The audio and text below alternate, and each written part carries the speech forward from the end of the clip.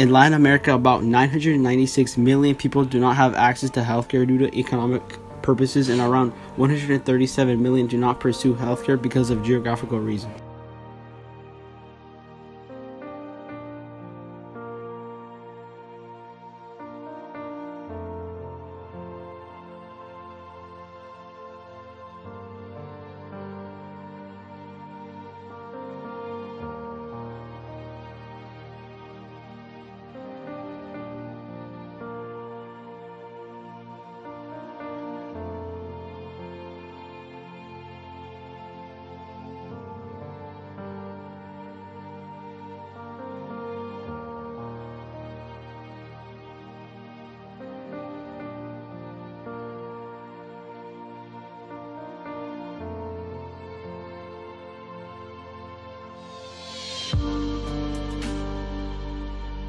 In Latin America, many people do not have access to the healthcare they need. The topic of healthcare all over the world has always been controversial, especially what works best.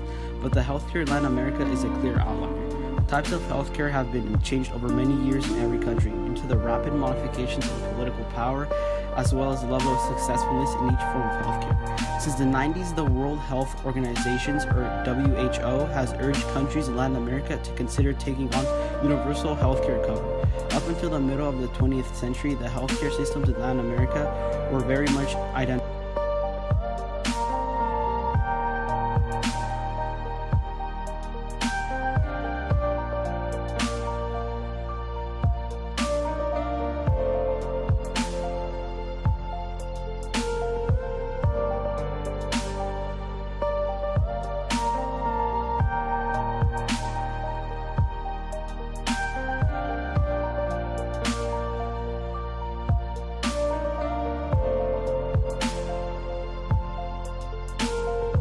It's a common misconception that people in Latin America have access to simple healthcare, whether it be with money or by location. The location has significant impact on how people get the care that they need. According to an article by Jorge Ramirez, approximately 21% do not seek care because of geographical barriers. A geographical barrier can relate to not being close enough to a hospital or other types of services, being blocked by something physical, or not being strong enough to travel to a care facility.